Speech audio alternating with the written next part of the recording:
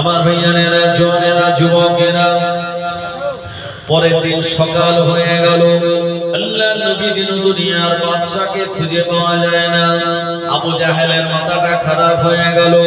কোন জায়গায় মুহাম্মদ ইবনে আব্দুল্লাহ চলে গেল? ও আমার ভাইয়েরা, আবু বকর সিদ্দিক রাদিয়াল্লাহু আনহু তার বাড়িতে যাওয়া হলো।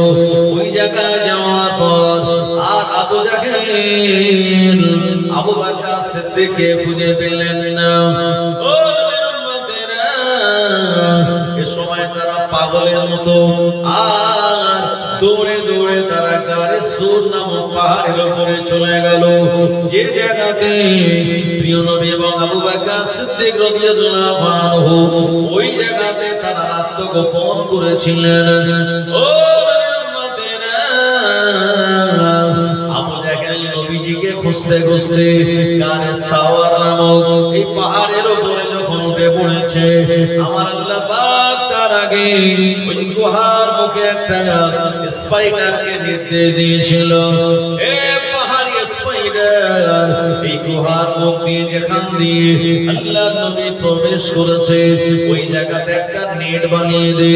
স্পাইডার পাহাড়ি মাকড়সা বিরাট একটি নেট বানিয়ে দিয়েছে, আর ওই জায়গাতে কবুতর এসে ডিম পেড়ে দিয়েছে। সুবাসিত নবীজির অন্তর, চাঁদ বলে আমি নয় তুমি নবী সুন্দর, ফুল বলে সুবাসিত নবীজির অন্তর, তারাদের দল বলে তুমি প্রিয়তর হবে, মেঘ বলে জল হয়ে তুমি নবীর সরবে, মানুষের কাছে তুমি রহমের বন্ধন, মানুষের কাছে তুমি রহমের বন্ধন, চাঁদ বলে আমি নয় তুমি নবী সুন্দর, ফুল বলে সুবাসিত নবীজির অন্তর, রোদ বলে খুশি মনে তুমি নবী শান্তি, শেষ করে দিলে তুমি ছিল যত ভ্রান্তি, রোদ বলে খুশি মনে তুমি নবী শান্তি, শেষ করে দিলে তুমি ছিল যত ভ্রান্তি, রাত বলে নূর ছিল রাসূলের দৃষ্টিতে, দিন বলে তুমি সেরা মাবুদের সৃষ্টিতে, আলোময় করে দিলে পৃথিবীর অন্তর, আলোময় করে দিলে পৃথিবীর অন্তর, চাঁদ বলে আমি নয় তুমি নবী সুন্দর, ফুল বলে সুবাসিত নবীজির অন্তর, লা ইলাহা ইল্লাল্লাহ, লা ইলাহা ইল্লাল্লাহ, লা ইলাহা ইল্লাল্লাহ, মুহাম্মাদুর রাসূলুল্লাহ সাল্লাল্লাহু আলাইহি ওয়াসাল্লাম। আমার ভাইয়েরা, तमाम পৃথিবীব্যাপী আমরা যারা আল্লাহর বান্দা, মহান আল্লাহ রাব্বুল আলামিন আমাদেরকে লক্ষ্য করে বলেছেন যে এই দুনিয়ার জমিন থেকে বিদায় নেওয়ার আগে তোমরা প্রকৃতপক্ষে মুসলমান হয়ে তারপরে আমার কাছে আসো। কোরআন মাজিদ আল্লাহ শুনিয়েছেন, ইয়া আইয়ুহাল্লাযীনা আমানুত্তাকুল্লাহা হাক্কা তুকাতিহি ওয়া লা তামুতুন্না ইল্লা ওয়া আনতুম মুসলিমুন। আল্লাহ বলেছেন, ইয়া আইয়ুহাল্লাযীনা আমানুত্তাকুল্লাহ, হে বিশ্বাসী ঈমানদারেরা, ইত্তাকুল্লাহ, তোমরা আল্লাহকে ভয় করো, ওয়ালা হাক্কা তুকাতিহি, প্রকৃত ভয় করার মতো ভয় করো, ওয়ালা তামুতুন্না ইল্লা ওয়া আনতুম মুসলিমুন, আর ততক্ষণ তোমরা মরো না যতক্ষণ না তোমরা প্রকৃতপক্ষে পাক্কা মুসলমান হতে না পারবে। আমার ভাইয়েরা, এজন্য দুনিয়ার জিন্দেগিতে আমরা যদি চেষ্টা করি, আমরা মরণ থেকে কেউ বাঁচতে পারবো না, কিন্তু যদি চেষ্টা করি তাহলে জাহান্নামের আগুন থেকে আমরা বাঁচতে পারবো। মশারি ভয়ে, মশার ভয়ে আমরা মশারি টাঙাই, শীতের ভয়ে আমরা কম্বল লেপ গায়ে দেই। এজন্য জাহান্নামের আগুনের ভয়ে আমাদের একটু মসজিদে যাওয়া লাগবে আমার ভাইয়েরা। তবে হরিণখোলা এলাকার মানুষ মাশাআল্লাহ অনেকেই সব নামাজ কালাম পড়ে। আমার কিছু জওয়ান যুবক আছে যারা শুধু জুমার দিনে যায়। তবে আমি বলবো খালি জুমার দিন নয়, এই 5 ওয়াক্তের নামাজ আল্লাহ পাক আমাদের জন্য ফরজ করেছেন। তাই জুমার দিনে যেমন আপনারা গিয়ে মসজিদ পরিপূর্ণ করে দেন, অন্যান্য ওয়াক্তেও এই নামাজগুলি আমাদের আদায় করা দরকার। কারণ নামাজ আপনি পড়লে সব সমস্যার সমাধান করে দেবেন আল্লাহ রাব্বুল আলামিন। এবং নবীজি বলেছেন যারা নামাজ আদায় করে তাদের মালের দায়িত্ব, নিরাপত্তার দায়িত্ব, সমস্ত ব্যাপারে আল্লাহ পাক তিনি তার কুদরতি হাতে ওই বান্দার নিরাপত্তা তিনি দান করে দেন। দুনিয়ার কোন মানুষ তাকে বিপদ আপদে ফেলে কষ্ট দিতে পারে না। সাময়িকভাবে কষ্ট হলেও একটা সময় সে আবার নির্ধারিত জায়গাতে সে দাঁড়িয়ে যায়। কারণ আল্লাহ রাব্বুল আলামিনের মদদ সাহায্য যদি আমাদের সঙ্গে থাকে, দুনিয়ার কোন জায়গায় আমরা হেরে যাব না। আল্লাহ পাক আমাদের বিজয়ী দান করে দেবেন। কোরআন মাজিদ আল্লাহ শুনিয়েছেন, ওয়ালা তাহিনু ওয়ালা তাহজানু ওয়া আনতুমুল আ'লাউনা ইন কুনতুম মুমিনিন। দুনিয়ার জমিনে তোমরা পরাস্ত হবে না। দুনিয়ার জমিন আল্লাহ রাব্বুল আলামিন তোমাদের বিজয় দান করে দেবে। দুনিয়াতে কোনো চিন্তা নাই, কোনো পেরেশানি নাই। ওয়া আনতুমুল আ'লাউনা, তোমাদেরকে আল্লাহ রাব্বুল আলামিন বিজয় দান করে দেবেন ইন কুনতুম মুমিনিন, যদি আমরা প্রকৃতপক্ষে মুমিন হতে পারি। এই দুনিয়ার জমিনে যারা প্রকৃতপক্ষে মুমিন, আমার আল্লাহ রাব্বুল আলামিন বিজয়ের পতাকা তাদের হাতে তুলে দেয়। ও ফিলিস্তিনের জমিনে আল্লাহ পাক তাদের বিজয় দিয়েছে। একদিকে তাদের কম বেশি 44 থেকে 45 হাজার মানুষ ইন্তেকাল করলেও একদিকে তাদের ঈমানের পাওয়ার কিন্তু কমেনি। অপরদিকে অসংখ্য আত্মীয় স্বজনদেরকে তারা দাফন দিলেও আমার আল্লাহ পাক তাদের ঈমানের পাওয়ার এত বেশি দিয়েছে। যুদ্ধ বন্ধ হওয়ার পর ফিলিস্তিনের মুসলমানেরা আবার তারা এই বিজয়ের পতাকা তারা উড়িয়ে দিচ্ছে এবং তারা দাবি করে আমার আল্লাহ রাব্বুল আলামিন আমাদের বিজয় দান করে দিয়েছেন। অর্থনৈতিক তাদের ক্ষতি হলেও আমার ভাইয়ারা তাদের ঈমানের জায়গায় সামান্যতম কোনো ক্ষতি করতে পারে নাই। ও আমেরিকার আপনারা জানেন ক্যালিফোর্নিয়া, লস অ্যাঞ্জেলেস যে জায়গায় বিরাট এক দাবানলের মাধ্যমে আগুন শুরু হলো, যে আগুন আজও পর্যন্ত 100% নেভানো সম্ভব হয় নাই। এই আমেরিকার লস অ্যাঞ্জেলেস ক্যালিফোর্নিয়ায় বিরাট এক আগুনের কারণে গোটা জনজীবন বিপর্যস্ত হয়ে পড়েছে। শুধু তাই নয়, মার্কিনের বিলিয়ন বিলিয়ন ডলার তাদের ক্ষতি হয়ে গিয়েছে। ওই দুনিয়ার জমিনেরা মুসলমানদেরকে হারানোর জন্য, তাদেরকে কষ্ট দেওয়ার জন্য এইরকম ভাবে প্রচেষ্টা করবে। আমার আল্লাহ রাব্বুল আলামিনের কৌশল বড় মারাত্মক। আমার আল্লাহ যখন কোন জাতিকে ধরবে তাকে সহজে ছেড়ে দেয় না। এজন্য আল্লাহর বান্দা বান্দীরা আল্লাহ রাব্বুল আলামিনের উপরে যদি ভরসা করে, আমার আল্লাহ গায়বী মদদ দিয়ে তাদের সাহায্য সহযোগিতা করেন। জোরে বলেন সুবহানাল্লাহ।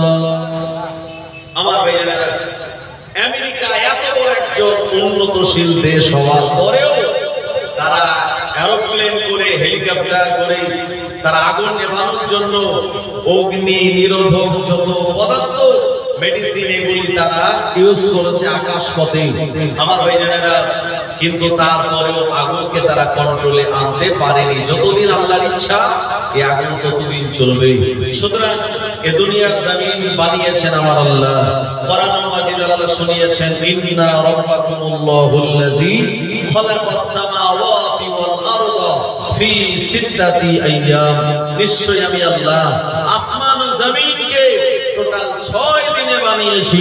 এই জমিন আল্লাহর, এই আসমান আল্লাহর, পাহাড় পর্বত আল্লাহর, আর আমরাও আল্লাহর বান্দা। সেই আল্লাহর প্রতি যদি আমাদের 100% ভরসা বিশ্বাস থাকে, বিশ্বাস করুন আল্লাহ পাক গায়বী মদদ দিয়ে এমন ভাবে আমাদেরকে সাহায্য করবেন। তাম বিশ্বে এমন একটা দিন আসবে যে দিনে তাম ওয়ার্ল্ডের যত দেশ আছে সমস্ত দেশে ইসলামের পতাকা উড়বে।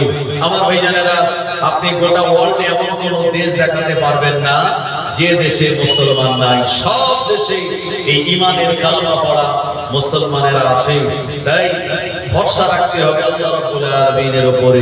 প্রিয় নবী সাল্লাল্লাহু আলাইহি ওয়াসাল্লাম যখন হিজরত করে মক্কাতুল মুকাররমা থেকে মদিনাতুল মুনাওয়ারাতে যাচ্ছিলেন, আমার ভাইজানেরা, এই সময় আপনার গারে সাওর নামক একটি গুহার ভিতরে নবীজি ওখানে 3 রাত ছিলেন।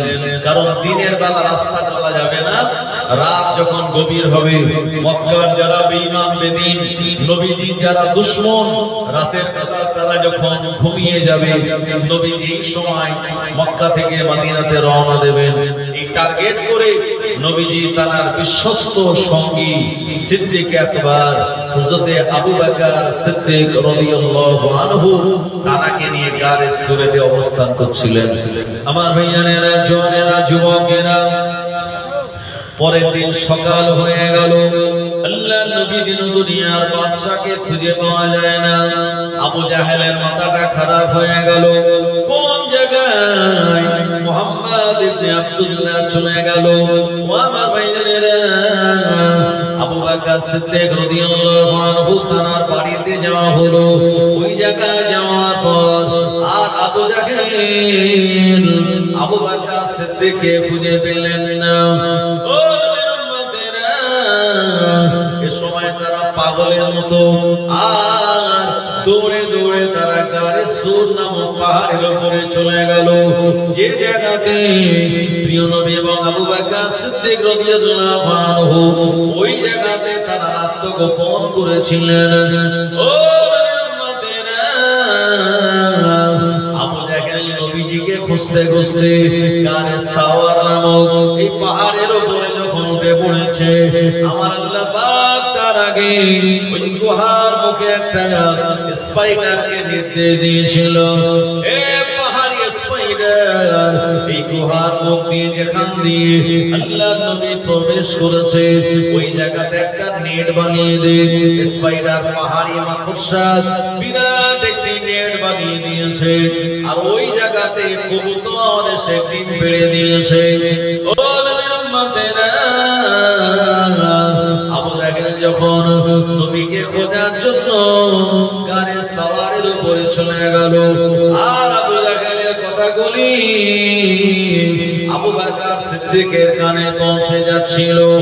এই সময় আল্লাহর নবী সাহাবী হযরত আবু বকর সিদ্দিক রাদিয়াল্লাহু আনহু বললেন, ইয়া রাসূলুল্লাহ, ইয়া হাবিবাল্লাহ, হুজুর মনে হয় আবু জাহেল এবারে আমাদের দেখতে পেয়ে যাবে, এবারে মনে হয় আমরা ধরা পড়ে যাব। আল্লাহর নবী বলেছিলেন, আবু বকর লা তাহজান ইন্নাল্লাহা মা'ানা, আবু বকর চিন্তা করো না, আমাদের সঙ্গে আমার আল্লাহ রয়েছে। সুবহানাল্লাহ। ও নবীর উম্মতরা, দাঁড়িয়েরা, আবু জাহেল যেখানে দাঁড়িয়ে ওখান থেকে আবার নবী 3 ফুট নিচে, একবার নিচের দিকে তাকালে প্রিয় নবীকে দেখতে পেয়ে যেত, কিন্তু আবু জাহেলের চেহারা আল্লাহ উপরের দিকে করে দিল, ও নিচের দিকে তাকালো না, আর নবীজিকে ও দেখতে পেল না। এভাবে আমার আল্লাহ তাআলা নবীর নিরাপত্তা দান করে দিয়েছিলেন। একবার প্রাণ খুলে বলুন সুবহানাল্লাহ। ও নবী আমার গারে সুর থেকে 3 দিন পরে আবু বকর সিদ্দিকের 2টি উট ছিল, উটগুলির উপরে সওয়ার হলেন নবীজি এবং আবু বকর। একটা উটের উপরে আর একটা উটের উপরে একজন লোক যাকে আগে ভাগে টাকা দিয়ে ঠিক করে রেখে দেওয়া হয়েছিল, এই লোকটার নাম হলো আব্দুল্লাহ বিন আরি কতলাইসি। এই মানুষটা মুসলমান ছিল না।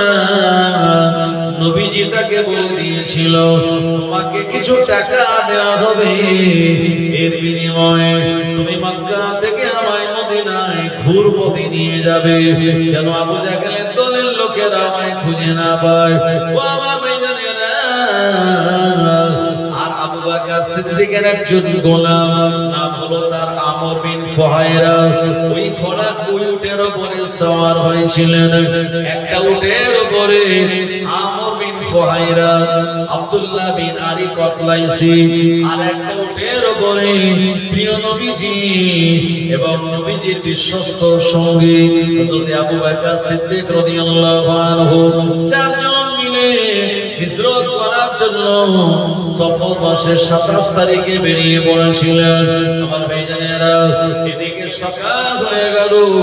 আবু জাহেলের দলের লোকেরা দারুল্লাহ দোয়াতে মিটিং সিটিং করে এরা আলোচনা করে বলল, মুহাম্মদ ইবনে আব্দুল্লাহ কোন জায়গায় গেল? ওই মুহাম্মদ ইবনে আব্দুল্লাহকে খুঁজে বার করা লাগবে। কেমন যুবক আছো মুহাম্মদ ইবনে আব্দুল্লাহকে খুঁজে আনতে পারবে? মক্কার জমিনের সব থেকে সুন্দরী নারীর সঙ্গে তাকে বিয়ে দেওয়া হবে। মক্কার জমিনের 100 লাখ তাকে পুরস্কার দেওয়া হবে। ও আমার ভাইজানেরা, এই অফারটা শোনার পর মক্কার জমিনের একজন যুবক দাঁড়িয়ে গেল।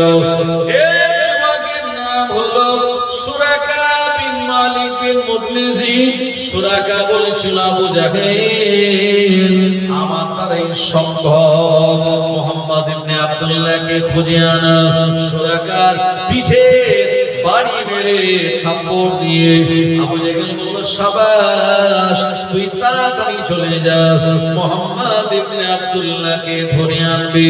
আমার ভাইজানেরা, ও উম্মতেরা, সুরাকা বিন মালিক এ দৌড় লাগালো যে পথে আমাদের প্রিয় নবী তিনি হিজরত করে চলেছেন। এই জায়গায় সুরাকা দৌড়াতে দৌড়াতে আল্লাহ নবীর একেবারে কাছাকাছি রাস্তায় যখন পৌঁছে গেল, আমার আল্লাহ পাকের অপার কুদরতি ক্ষমতায় ওই সুরাকা বিন মালিকের ঘোড়ার সামনের পাটা আল্লাহর জমিনের ভিতরে ঢুকে গেল। আর সুরাকা আসার খেয়ে পড়ে গেল। সুরাকা হকচকিয়ে গেল, কি ব্যাপার, হঠাৎ করে এমন আসার খেয়ে আমি কেন পড়ে গেলাম? আমার ভাইজানেরা, দেখতে পেল ঘোড়ার সামনের পা জমিনের ভিতরে পুঁতে গিয়েছে। সুরাকা চিন্তা করে, শক্ত জমিন, এই জায়গাতে ঘোড়ার পা কেমন করে পুঁতে গেল? আমার ভাইজানেরা, এই ঘোড়ার পা আবার কষ্ট করে তুললো আবার আমাদের নবীকে ধরার জন্য। সুরাকা দৌড় লাগালো।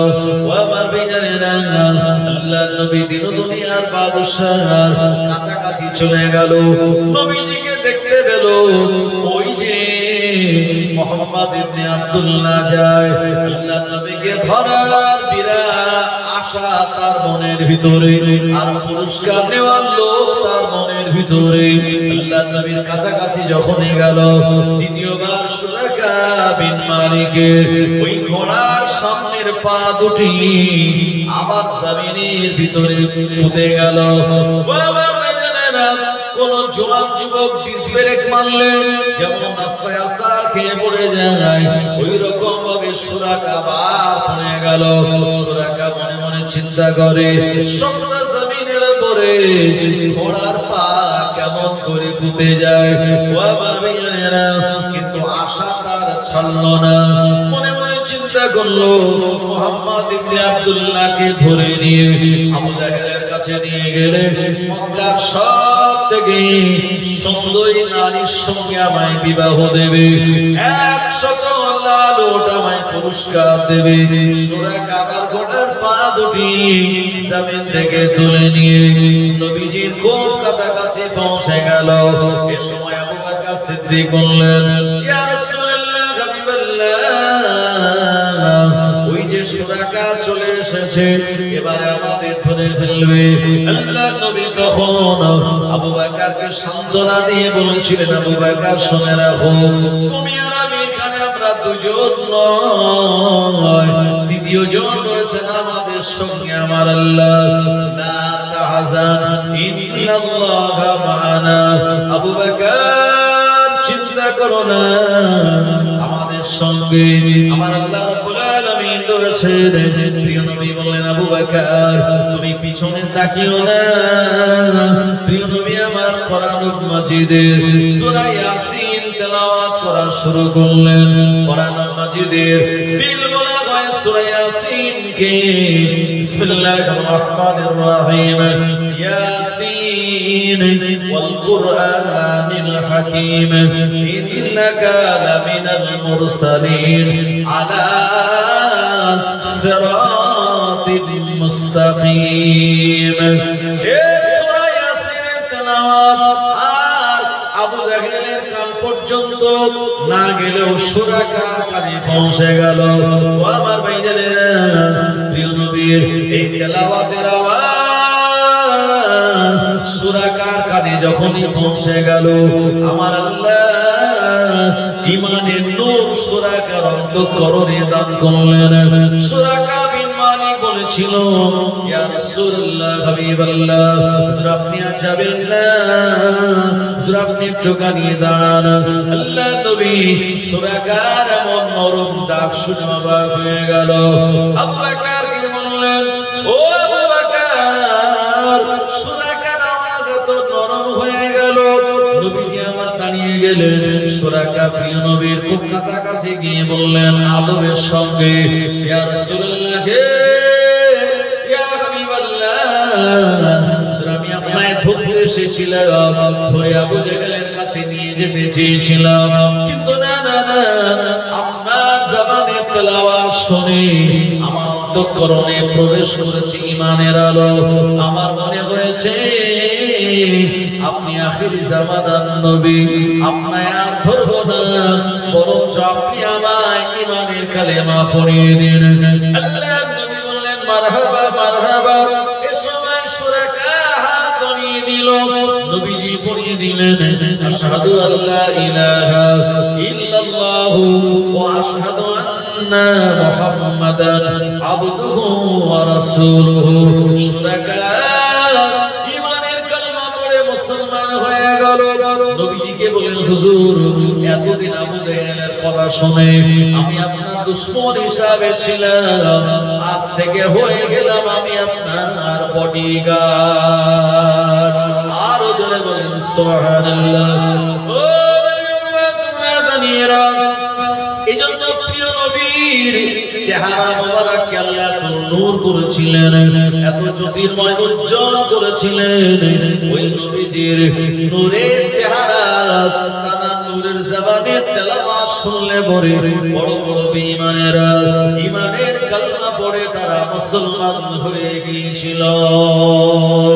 আর প্রাণ খুলে বলুন সুবহানাল্লাহ। ও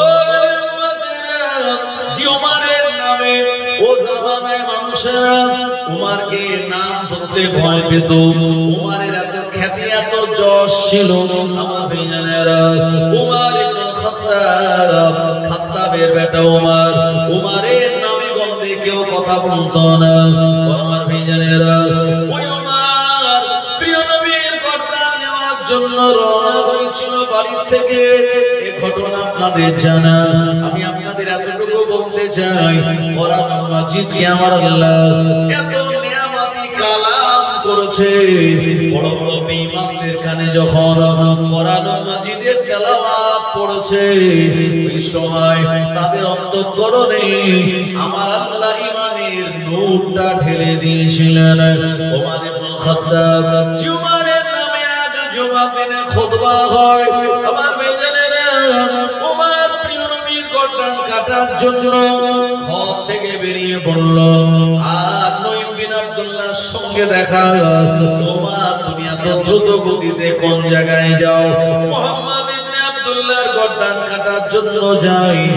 মুহাম্মদ কি করেছে? বলল মুহাম্মদ নতুন একটি কালেমা বাণী প্রচার করে, এটি আমাদের কাছে অপছন্দনীয়। সঙ্গে সঙ্গে নঈম বিন আব্দুল্লাহ বলেন, ওমর যে কালেমার জন্য মুহাম্মদ ইবনে আব্দুল্লাহর গর্দান তুমি কাটতে যাচ্ছ, ওই ঈমানের কালেমাটা তোমার আপন ঘরে প্রবেশ করে গিয়েছে। ওমর থমকে দাঁড়িয়ে বলল, হে নঈম বিন আব্দুল্লাহ কি বলিস? এ কালেমা আমার ঘরে মানে? বলল তোমার বোন ফাতিমা, তোমার ভগ্নিপতি আবু সাঈদ, তাদের ঘরে কালেমার বাণী পৌঁছে গিয়েছে। ওমর ঘোড়ার মুখটা ঘুরিয়ে নিয়ে নবীজির বাড়ির দিকে না গিয়ে বোন ফাতিমার বাড়ির দিকে রওনা হলো। দ্রুত গতিতে ঘোড়াটা নিয়ে বোন ফাতিমা বাড়ির কাছে গিয়ে ঘোড়াটা বেঁধে দিল। ঘোড়া থেকে নামলো, দরওয়াজার কাছে গিয়ে শুনতে পেল কোরআন মাজিদের তেলাওয়াত। ওমর প্রচন্ড রেগে গিয়ে বোনের দরওয়াজায় আঘাত করে। আমার ভাইয়েরা, আল্লাহ নবীর একজন সাহাবী, এই সাহাবীর নাম হলো হযরত খাব্বাব রাদিয়াল্লাহু আনহু। ওমরের বোন ফাতিমা আর ওমরের বোনাই আবু সাঈদকে স্বামী স্ত্রীকে বসিয়ে আর কোরআন মাজিদের তেলাওয়াত শেখাচ্ছিলেন। ওমরের আওয়াজ শুনে খাব্বাব একটা খাটের ভিতরে প্রবেশ করলো, তক্তপোশের তলায় চলে গেল। ওমরের বোন বুঝতে পারল আমার ভাই এসেছে, দরওয়াজা খুলে দিল। সঙ্গে সঙ্গে ওমর বলল, এ বোন ফাতিমা, কি তুমি তেলাওয়াত করছিলেন? এ সময় ফাতিমা চিন্তা করলো, না না না, মিথ্যা তো বলা যাবে না। আল্লাহ পাক কোরআন মাজিদে শুনিয়েছেন, ওয়াজতানিবু কওলাজ জুর, মিথ্যা বলা থেকে তোমরা বেঁচে থাকো। পৃথিবীর জমিনে যত গুনাহ রয়েছে সব গুনার মা হলো মিথ্যা কথা।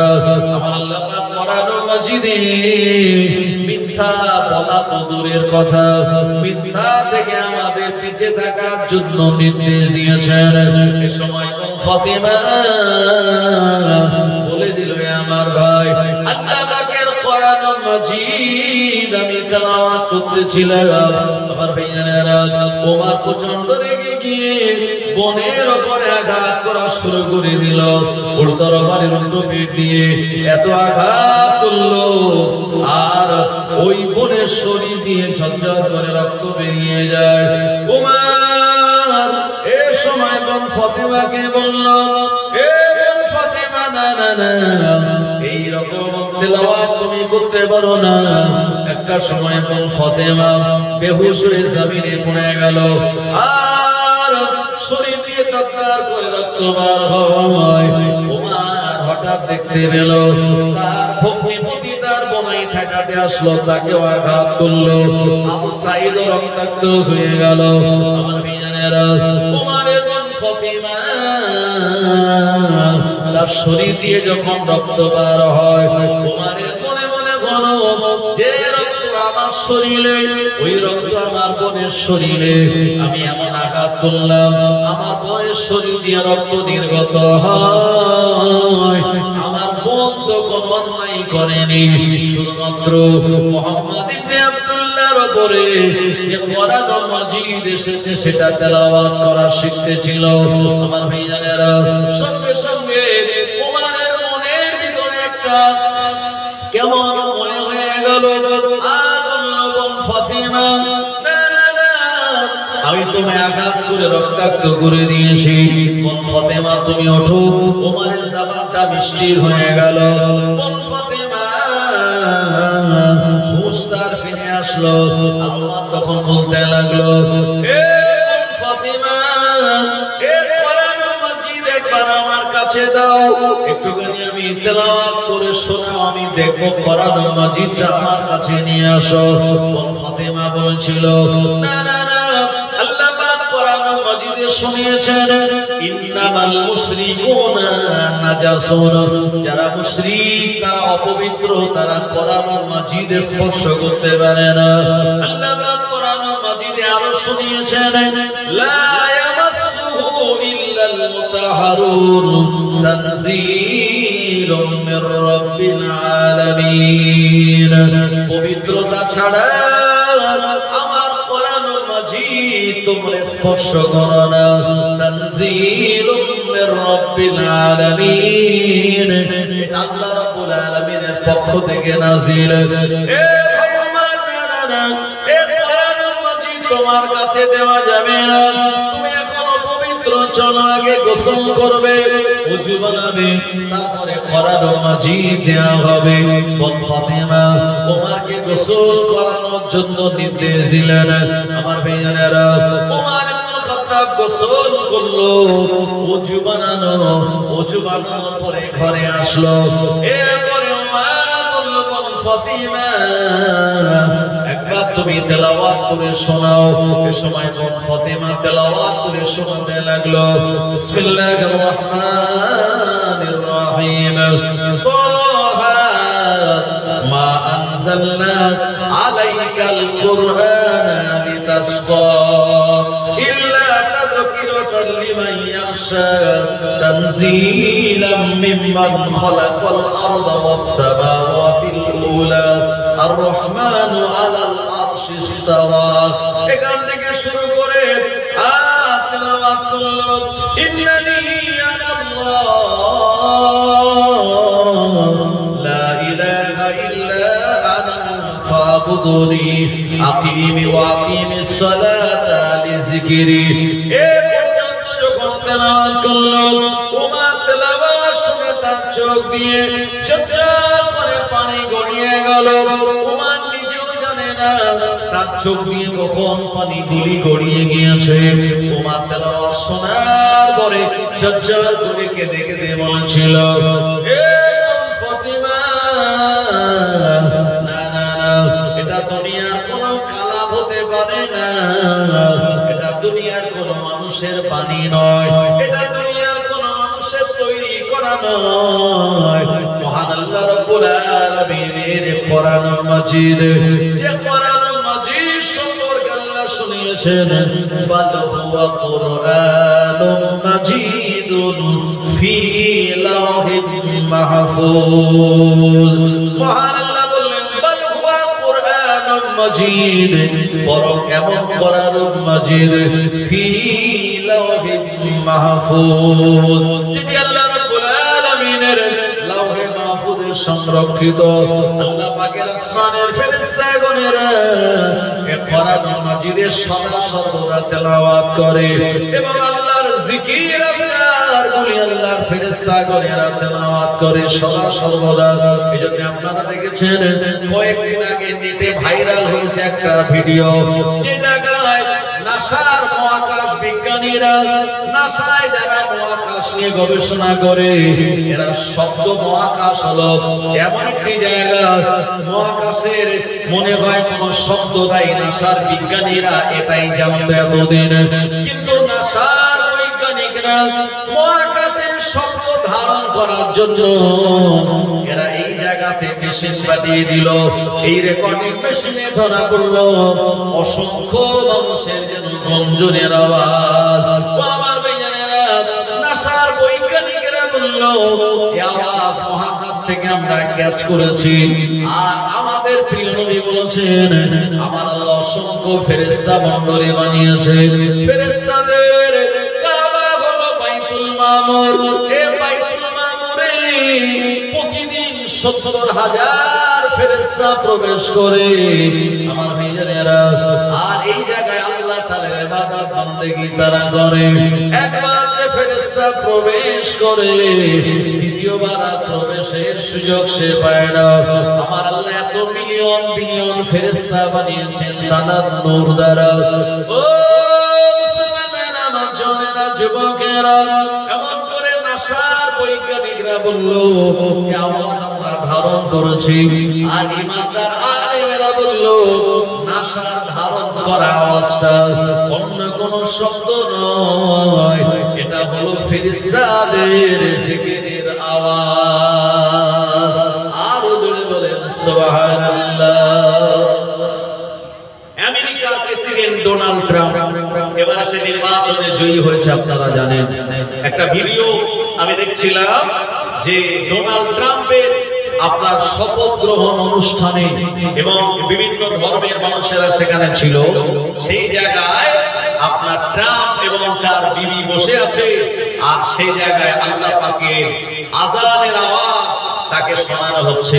আমার ভাইজানেরা, সেই জায়গায় ট্রাম্প এবং তার বিবি পাশাপাশি বসে আছে, আর এদিকে একজন মুয়াজ্জিন ওই জায়গায় দাঁড়িয়ে এই আল্লাহ আহ্বানের আওয়াজ আল্লাহু আকবার আল্লাহু আকবার এটি শোনাচ্ছে।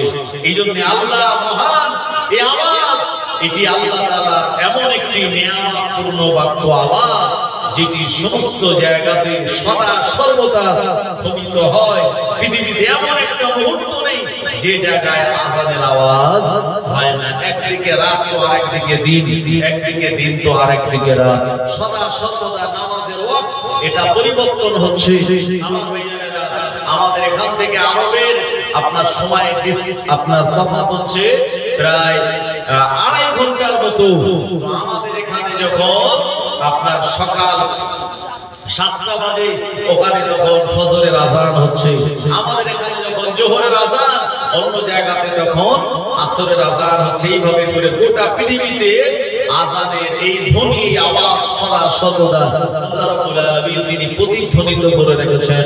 এমন একটা মুহূর্ত নাই যে জায়গায় আল্লাহর বান্দারা আল্লাহ পাকের এই আহ্বানের আযান তারা দেয় না। আমার ভাইজানেরা, সেই আযান শুনে আমাদের মসজিদে গিয়ে আল্লাহর ইবাদত বান্দেগি করতে হবে। আযানকে যারা অ্যাকসেপ্ট করে মসজিদে গিয়েছে, আমার আল্লাহর সঙ্গে তাদের নিবিড় ভালোবাসার সম্পর্ক তৈরি হয়েছে। আযান শুনে যারা মসজিদ থেকে বেরিয়ে গেছে, বা আযান শুনে যারা মসজিদের পাশ থেকে বাজারে চলে গেছে, আল্লাহ তাআলার সঙ্গে তাদের সম্পর্ক ডিসকানেক্ট হয়ে গেছে। আমার ভাইজানেরা, আপনি অফিসে যাবেন, সব জিনিসের একটা অফিস আছে, স্কুলের একটা অফিস আছে, ইলেকট্রিক আপনার অফিসের একটা অফিস আছে, কলকারখানার একটা নির্ধারিত অফিস আছে, আপনার ফোনের একটা সিম যে বিক্রি হয় তার একটা নির্ধারিত অফিস আছে, একটা ভালো হাইকোর্টের জজের সঙ্গে দেখা করতে যাবেন একটা অফিস আছে, অ্যাডভোকেটের সঙ্গে দেখা করতে যাবেন একটা তার অফিসে যাওয়া লাগবে। আমার ভাইজানেরা, জমি রেজিস্ট্রি করতে যাবেন আপনার একটা অফিসে যাওয়া লাগবে। সমস্ত কাজ যেখানকার সিও যারা তারা বসে থাকে অফিসে। এই জন্য আল্লাহর অফিস হলো এই দুনিয়ায় যত মসজিদ আছে, এই মসজিদগুলি, সেই মসজিদে আল্লাহ রাব্বুল আলামিনের নিকটতম রহমত রয়েছে। তাই আল্লাহ পাক আমাদের সবাইকে মসজিদের সঙ্গে ভালোবাসার সম্পর্ক অন্তরের করে দিয়ে একবার জোরে বলেন আল্লাহুম্মা আমিন। প্রিয় নবী বললেন, লা যাল্লা ইল্লা জিল্লুহু সাবাতুন ইউজিল্লুহুমুল্লাহু ফি জিল্লিহি। এই হাদিসটা আপনি বুখারী শরীফে কিতাবুস সালাত নামক অধ্যায়ের ভিতরে পেয়ে যাবেন। প্রিয় নবী বললেন, কিয়ামতের মহাময়দানে কোনো ছায়া থাকবে না, শুধুমাত্র আল্লাহ রাব্বুল আলামিনের আর আরশে মুআল্লার ছায়া ছাড়া। এই জায়গায় 7 শ্রেণীর মানুষেরা দাঁড়াবে। এই 7 শ্রেণীর ভিতরে এক শ্রেণী হলো রাজুলুন মুআল্লাকুন কলবুহু বিল মসজিদে, যে ব্যক্তিটা অন্তর সদা সর্বদা মসজিদের সঙ্গে জুড়ে থাকে, জোহরের নামাজ আদায় করে মসজিদে, অপেক্ষা করে কখন আসরের আযান হবে, আবার আমি মসজিদে যাব, আসরের নামাজ কালাম পড়ে মসজিদ থেকে বার হয়, অপেক্ষা করে কখন আমি আবার মাগরিবের জন্য মসজিদে যাব। এক কথায় অন্তরটা যাদের মসজিদের সঙ্গে কানেক্টেড হয়ে গেছে, আমার আল্লাহ রাব্বুল আলামিন কিয়ামতের মহাময়দানে আমার আল্লাহর রহমতের আরশে পাকের ঠান্ডা ছায়া তাদেরকে দান করে দেবে। একবার প্রাণ খুলে বলুন সুবহানাল্লাহ। ও দানিরা, আমি আপনাদের যে কথা শোনাচ্ছিলাম, আমার ভাইজানেরা, ওমর এমন করে বলল, বোন ফাতেমা, আমায় তাড়াতাড়ি নিয়ে চলো এ কোরআনুল মাজিদ যার কাছে অবতীর্ণ হয়েছে। বোন ফাতেমা বলল, হে আমার স্বামী আবু সাঈদ, আমার ভাই ওমরকে নিয়ে যাও মুহাম্মদুর রাসূলুল্লাহর কাছে। আমার ভাইয়েরা, চারিদিকে আওয়াজ হয়ে গেল, সাহাবীরা জেনে গেল ওমর বেরিয়েছে খোলা একটা তরবারি নিয়ে আল্লাহর নবীকে মারার জন্য গর্দান নেওয়ার জন্য নবীজি সাহাবীরা প্রিয় নবীর কাছে থেকে তারা নবীজি নিরাপত্তা দেন। এমন সময় উমর তরবারিটা গলায় ঝুলিয়ে নিয়ে আর হযরতে খাব্বাব রাদিয়াল্লাহু আনহু তিনিও ওই খাটের তলা থেকে বের হলেন। উমর বললেন, খাব্বাব কি ব্যাপার, এই জায়গায় তুমি কি ব্যাপার? হযরতে খাব্বাব রাদিয়াল্লাহু আনহু বলেছিলেন, ও উমর, তুমি একজন বিরাট বড় পালক, তুমি যখন তোমার মনের দরওয়াজায় আঘাত দিয়েছো, আমি খাব্বাব আমার মনে হয়েছে তুমি আমায় মারধর করবে, তুমি আমায় আঘাত করবে। আমি এ সময় ভয়ে ওই খাটের তলায় লুকিয়ে পড়েছিলাম। যখন তুমি কোরআন মাজিদের সূরা তাহার তেলাওয়াত শুনে বলেছো মুহাম্মদ ইবনে আব্দুল্লাহর কাছে যাবে, ওই সময় আমি বেরিয়ে পড়েছি নির্ভয়ে। এখন আমার মনে হয়েছে যে কোরআন মাজিদের তেলাওয়াত শুনে তোমার অন্তঃকরণে মনে হয়েছে এটা মহান আল্লাহ রাব্বুল আলামিনের বাণী। ওই হাত দিয়ে তুমি আমায় আর আঘাত করতে পারবে না, এই কারণে আমি বেরিয়েছি। চলো চলো নবীজির কাছে তোমায় নিয়ে যাব। একদিকে উমরের ভগ্নিপতি আবু সাঈদ, আর একদিকে খাব্বাব রাদিয়াল্লাহু আনহু। এই তিনজন মিলে প্রিয় নবী আপনার দরবার শরীফের দিকে রওনা হয়ে গেল। আল্লাহর নবী সাহাবীরা বললেন, ইয়া রাসূলুল্লাহ, হাবিবাল্লাহ, উমর আসছে মনে হয় আপনার গর্দান কাটার জন্য। নবীজি বললেন, আমার সাহাবীরা, চিন্তা করো না, আমার নিরাপত্তা দেবেন আমার আল্লাহ। এখন তোমরা বলো, ওই উমরের তরবারিটা গলায় ঝোলানো না হাতে আছে, একবার আমায় শুনিয়ে দাও। আমার ভাইজানেরা, এই সময় সাহাবীরা বললেন, ইয়া রাসূলুল্লাহ, হাবিবাল্লাহ, দূর থেকে দেখে মনে হয় উমরের তরবারি আর হাতে নয়, এটা গলাতে ঝোলানো রয়েছে। নবীজি বললেন, ইয়া সাহাবীরা, উমরের জন্য দরজা খুলে দাও।